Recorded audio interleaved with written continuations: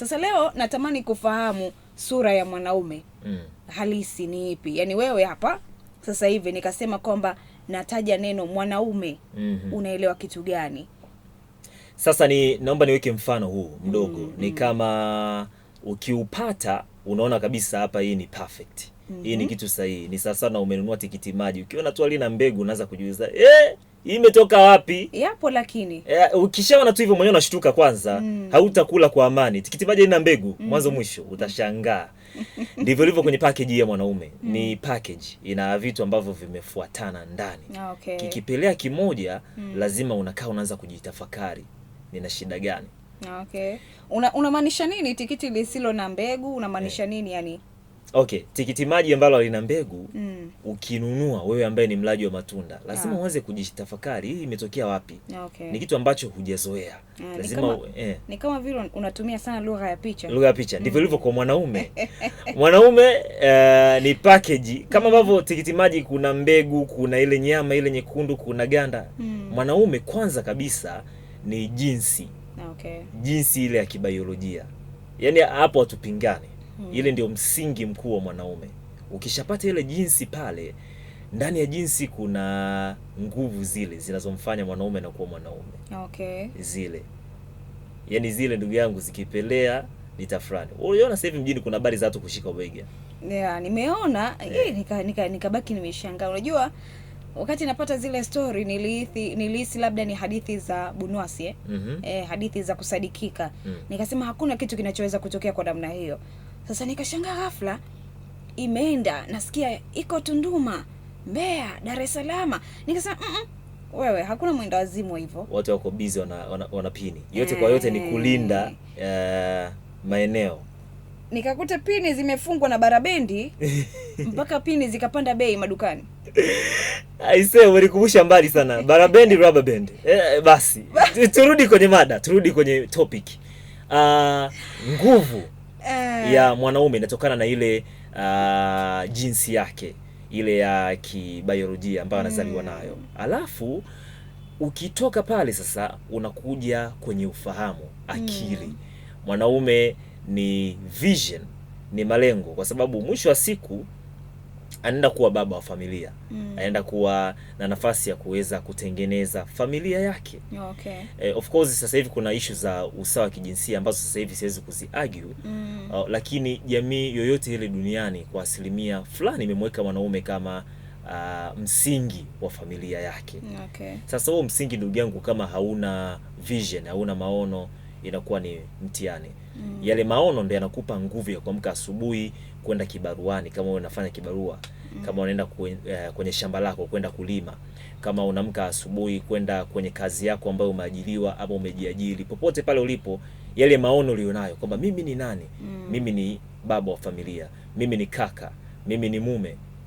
Hiyo ndio inakusababisha upate nguvu. Okay. Unaamka pale kwenda kutafuta chapaa. Ukishapata chapaa ndio unaweza kusimamia maono yako haya duniani na kadhalika na kadhalika. Vyote hivyo ni package. Kikipelea kimoja hapo, pesa ikiondoka hapo ndugu yangu. Wewe nikupe siri dadangu. Pesa ikiondoka hata hizo nguvu nyingine Okay. Kuna wakati zinakuwa zinashuka. I like that. Umeona? Zinashuka, ndio maana hata ndani inakuwa ni mtafutano. Ni mtafutano kabisa, sababu pesa haipo. Hata kama una nguvu zote hizo, hata kama hizo nguvu ninazo, kama pesa haipo, haizi nielewa mama nani. Hawezi nielewa, tunaona kama vile ng'ombe inapita inaenda inarudi. Okay. Nguvu inaenda inarudi inafanya nini? Kikubwa ni hivyo. Nguvu ya msingi lakini chapa. Okay. Chapa inakuja kulingana na maono, vision. Sasa mwanaume ambaye unakuwa hauna maono, haujajipanga, na maono sio kwamba ni kitu kikubwa sasa ukae siweke kwenye dari nani. Of course hivyo ni vya kisasa, lakini wewe mwenyewe kujitambua, kusema kwamba mimi nitakuwa na maisha ya staili hii. Okay. Twende kwa haraka labda pengine kwa maneno mafupi tu. Yaani natamani mwanaume ni nani? Yaani kwa maneno mafupi sasa tuseme ni okay, tukiacha jinsi tukija kwenye vision, pesa, mwanaume ni nani? Mwanaume ni mtu ambaye anajitambua. Full stop. Basi. Ni combination yote hiyo. Yaani hiyo combination ambayo nimeweka. Jinsi vision, okay, maono, chapa na nini, na zile nguvu, majukumu pia, vyote hivyo vinaingia mle ndani. Mtu ambaye unajitambua. Unajitambua kivipi? Uko vizuri kwenye afya, uko nini? Hata kama una changamoto pale, ukishaanza kujitambua, kuitafutia ufumbuzi, wewe ni mwanaume tayari. Una changamoto ya kifedha, unapambana kuitafutia ufumbuzi. Kuna story nilikutana nayo ya mwanamke mmoja alikuwa analalamika kwamba mume wake alipitia changamoto ya kazi ofisini. Na baada ya kupitia ile changamoto na ilianza kwa nini? Alifeel tu, aliamka asubuhi akasema mimi natamani kuresign, kujiondoa kwenye hii kazi. Ni kama vile nafanya afu naona inanipotezea muda na nina miradi yangu. Nataka niandike barua nijiuzuru alafu nikasimamie vitu vyangu ambavyo vitaniingizia fedha.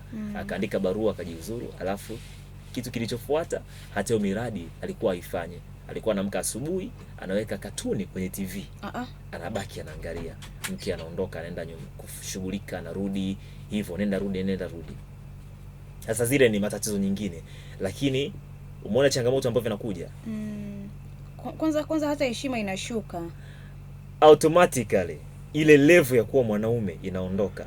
Utabaki kuwa mwanaume kwa tafsiri ya kawaida ambayo tumeizoea kila siku, ya kijinsi, ile ya kibiolojia, kwamba ule ni mwanaume, ni baba, lakini ile kazi yako zaidi, umeona, ile zaidi package iliyopo ni sasa. Ndio maana nimetoa mfano wa tikiti maji. Tutasema ni tikiti maji, lakini hatuoni mbegu sasa. Kweli ina maji, ina nyama ile nyekundu na juisi na nini. Mbegu hazipo. Nini sasa tunakula? Tunakula hata vitu vingine vivutengezwa kwenye maabara ambavyo hatuvielewi. Ndivyo hivyo kwa mwanaume.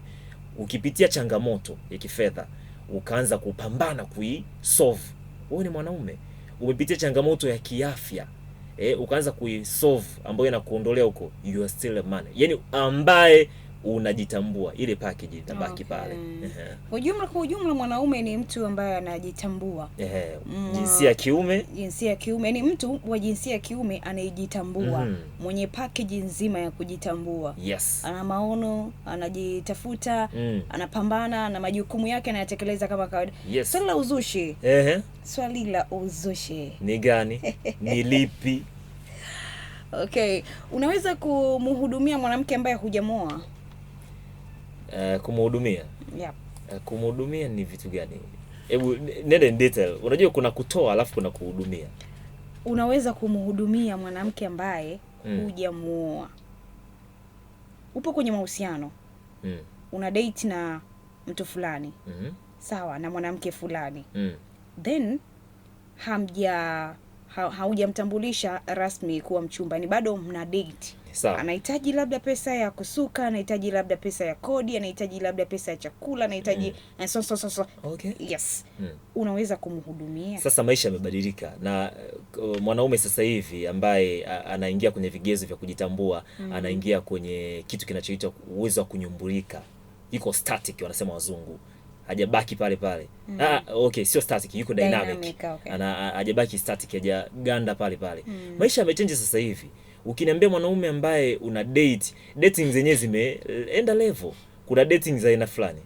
Kuna dating ya watu ambao mnatembea, mnatoka kazini, mnaenda nyumbani, barabarani, mitaani, mko kwenye gari. Mwanamke mwingine anasema hapo we are dating, tuna date. Mwanaume mwingine anasema sasa hiyo ni tofauti. Ukisema unaanza kumhudumia mtu ambaye mnatoka naye hapo, alafu wewe unasema mimi nitamuoa. No. Hii kitu haipo.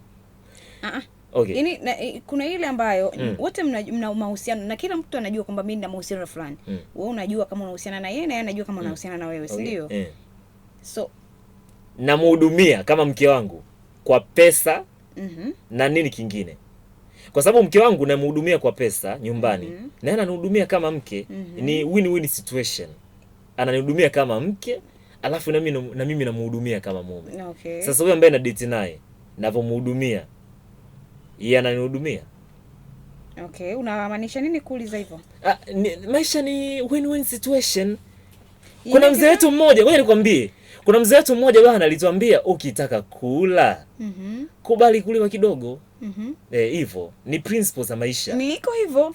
Iko hivyo. Ukitaka nikuhudumie kwenye generation ya sasa hivi iko hivyo. Ukitaka nikuhudumie, mimi niko tayari. Uko tayari kunihudumia? Yes, yuko tayari. Nihudumie basi. Unanihudumiaje? Unataka kuhudumiwa vipi? Kwa kunikisi na kuniambia nimekula mchana.